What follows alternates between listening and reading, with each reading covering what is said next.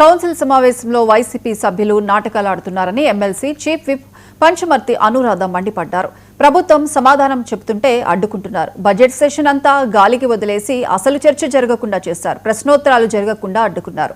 ఆర్థిక మంత్రి పయ్యావుల కేశవ్ను సమాధానం ఇవ్వకుండా ప్రతిపక్ష నాయకులు బొత్స వ్యవహరిస్తున్నారని చీఫ్ విప్ మండిపడ్డారు. రాజారెడ్డి రాజ్యాంగం అనుకుంటున్నారా అని చెప్పి ఈ సందర్భంగా నేను అడగదలుచుకున్నా. రెండవది, పొద్దున్న క్వశ్చన్ అవర్ దగ్గర నుంచి మా సభ్యులందరూ కూడా క్వశ్చన్ అవర్ కానివ్వండి, మీరు చెయ్యండి అని అంటే రోజు కూడా 1.5 hours చేసే ఆయన ఈరోజు పని కట్టుకొని వాయిదాల మీద వాయిదాలు వేస్తూ క్వశ్చన్ అవర్ కూడా జరగనీయకుండా చేశారు. ఇలాంటి ప్రవర్తన మంచి పద్ధతి కాదు. ఈరోజు కల్తీ లడ్డు పైన వాళ్ళ భాగోతాలన్నీ బయటపడతాయని వైసీపీనే ఈ పన్నాగం పన్ని మంత్రి గారిని స్టేట్మెంట్ కూడా ఇవ్వనీయకుండా గొడవ చేస్తే చైర్మన్ గారు వాయిదా వేసుకొని వెళ్ళిపోయారు.